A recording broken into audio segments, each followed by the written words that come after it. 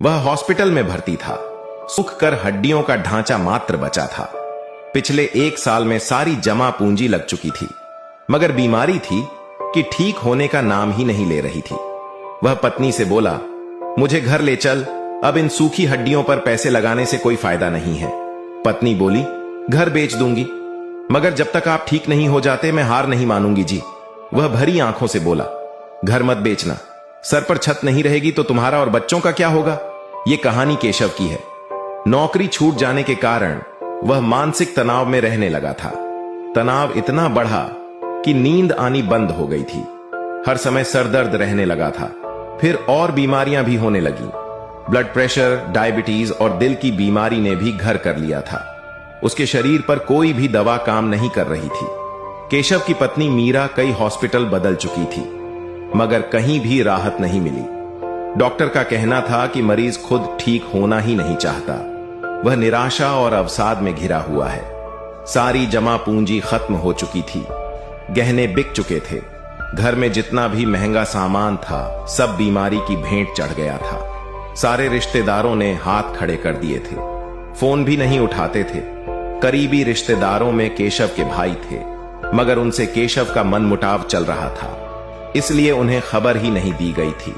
शुरू में मीरा के भाई भाभी आते थे, थोड़ा बहुत पैसा भी दिया था, मगर बीमारी लंबी चलने लगी तो उन्होंने भी किनारा कर लिया था। अब वह अकेली संघर्ष कर रही थी।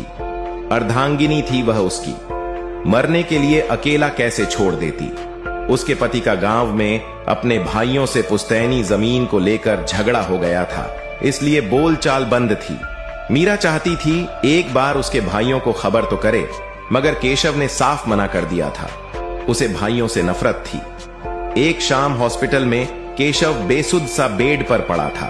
उसकी पत्नी दोनों बच्चों के साथ उसके पास बैठी थी कि अचानक केशव के चारों बड़े भाई आ गए। आते ही भाइयों ने कहा, इतना पराया कर दिया क्या रे? इतनी बड़ी मुसीबत में होकर भी याद नहीं किया। पता नहीं कैसे भाइयों को देखकर वह सुबक पड़ा, फिर जोर से रोने लगा। बड़ा भाई बोला, माना कि तू बंटवारे को लेकर नाराज था, हक की लड़ाई को लेकर नाराजगी अलग चीज है रे, मगर मुसीबत में भाइयों की ताकत तुमने आजमाई ही नहीं। फिर केशव के आंसू पोंछते हुए भाई ने कहा, मगर अब तू फिक्र मत कर, हम आ गए हैं, अब सब ठीक हो जाएगा।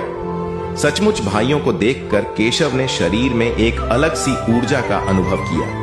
हिम्मत सी बंध गई। कई दिनों से परेशान मीरा की आंखों में भी आंसुओं के साथ एक उम्मीद की किरण नजर आई। फिर मीरा को घर भेजकर भाइयों ने केशव को संभाल लिया। अपनी पसंद के हॉस्पिटल में ले गए। इलाज शुरू हुआ और 4 महीने में ही वह ठीक होकर अपने पैरों पर खड़ा हो गया। फिर भाई उसके पूरे परिवार को गांव में ले गए ताकि फिर कभी वह खुद को अकेला समझकर अवसाद में न पड़ जाए। कहानी का मॉरल, भाई तो भाई होता है। जब वह साथ खड़ा होता है तब यमदूत को भी 100 बार सोचना पड़ता है कि इसके भाई के प्राण कैसे ले जाऊं। भाई के बल पर युधिष्ठिर ने महाभारत जीत लिया था, श्री राम ने लंका। इसलिए भाइयों से जुड़े रहें। जब और कोई काम नहीं आता तब भाई ही काम आता है।